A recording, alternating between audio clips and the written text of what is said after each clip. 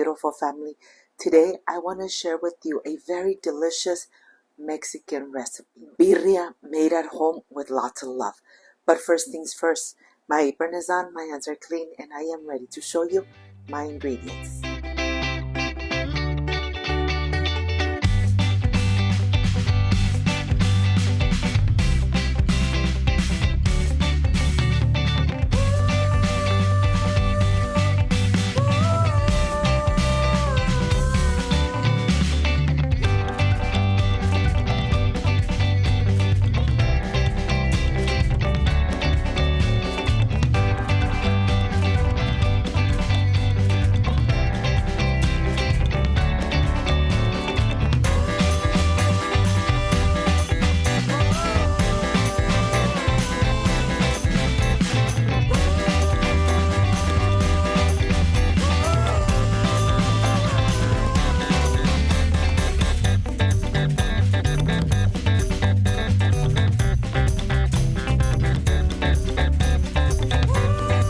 These are all the ingredients to make a delicious birria at home. I have vinegar, any kind of vinegar you have at home, 1 stick of cinnamon, bay leaves, garlic cloves, and all these spices. Tomatoes, chile guajillo pods, chile morita pods, chile pasilla pods, half an onion, and of course, the beef roast. Any kind of beef you could use for this amazing homemade birria. So let's get started. I want to start here first by cleaning, deveining, removing all the seeds from the chili pods. This is a very delicious and easy recipe. There's no need to babysit. This is what takes much longer to prepare. I have all the chilies ready. They're nice and cleaned. My tomatoes, my onion, and now I am ready to take it to the stove where I have a pan with boiling water. I am going to add all these ingredients in here. I am going to cook it for about 5 to 8 minutes. While that's cooking, I am going to start cubing the meat. I have this type of meat that is very, very lean, but yet very tender when you cook it in medium-low heat. Look at this. You decide how chunky you want your pieces. But let me tell you, this is a recipe that you do not need to babysit. This is easy. I'm going to show you step by step how to prepare a birria at home. Of course, with this type of meat, your birria is not going to come out greasy at all. Now that I have all the chunks ready, look at this. Like I said, you decide how thick you want your chunks of meat. Well, this is ready. I'm going to put it aside. Let's see how the tomatoes and the chilies are getting nice and soft. Look at this. They are getting nice and soft. How do you know when the tomatoes start getting wrinkly and getting cut like this? Now is the time to remove. I am ready to add them to my blender cup. I'm going to start by adding the tomatoes first, and then I'm going to continue with all the chilies and of course all the spices and the vinegar. I am using half a cup of vinegar. Look at this. Remember that the salt is to taste. So here I am going to pour the vinegar. I'm going to pour 2 cups of the liquid where it was cooking, and now I'm ready to blend.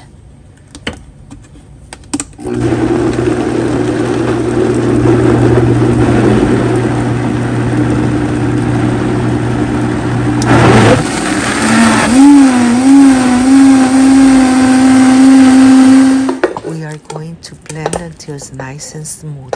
I am adding all the chunks of meat into the same pan where we were boiling the tomatoes and the chilies, and now I'm adding this amazing sauce right on top of them. I'm going to mix them around because I want all the meat to really get covered with this amazing sauce. The aroma is just amazing. Like I said, there's no need to babysit. I'm going to add 3 bay leaves. I'm going to cook it in medium low heat for about 1.5 hours until the meat is nice and tender. I'm gonna cover. I'm gonna leave it here boiling just like that. I'm going to continue getting ready the cilantro, onion, and of course my lime. These limes are organic from my garden. You are really going to love this amazing recipe of birria, homemade birria. Delicious. The meat cooks in its own juices, so it's going to be so soft, so moist, so juicy that it's going to pull apart. Like I said, cook it for about 1.5 hours in medium low heat and just leave it there. There's no need to uncover it. There's no need to do anything. Just remember that the salt is to taste. You decide how much salt you want to add. And of course, I am going to start putting this in a plate. I'm going to continue with my onion. This is a very traditional topping for your birria.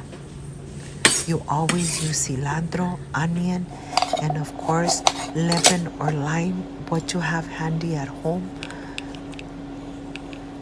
And I'm just taking the seeds out, and now I am ready. I hope that the birria is done. It's been cooking for about 1.5 hours, and I'm going to check and see if the meat is tender. The aroma, oh my gosh, has invaded my kitchen. It smells amazing. Of course, remember we left the bay leaves in there. And now I'm gonna get a fork. I'm gonna check and see if the meat is nice and tender. Fork, tender, and it is. It is time to enjoy.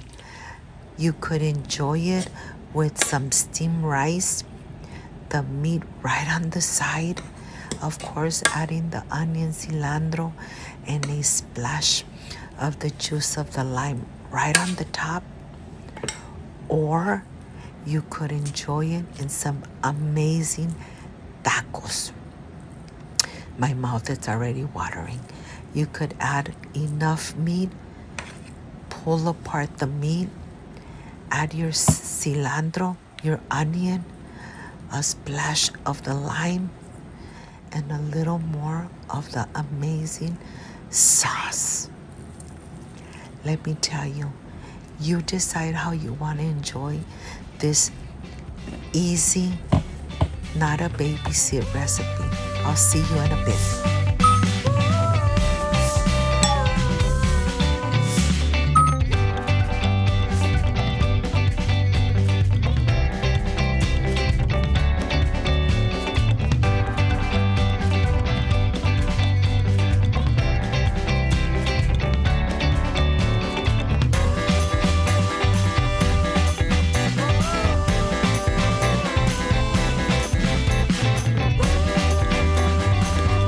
My friends, I am completely done with this amazing Mexican birria. Of course, you could enjoy it like this, just the birria with rice, cebolla, cilantro, tortillas, or you could enjoy it the way I'm going to enjoy it, in tacos. Look at this. With a lot of sauce, this is just amazing. Mmm, mmm. The meat is so tender and juicy, and the sauce, just perfection made at home. Mm. I hope, my friends, you can make this amazing and easy homemade birria. If you liked and loved this amazing recipe, I invite you to subscribe, leave me a thumbs up, share this video on social media with your friends, with your relatives, so Cooking with Gloria keeps growing.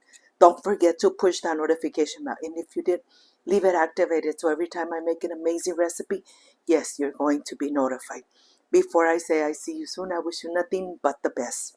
Peace and love. I love you guys. Thank you for being here. Thank you for being part of Cooking with Gloria. Like, subscribe, and share. And I will stay enjoying this amazing homemade video. See you soon. Bye-bye.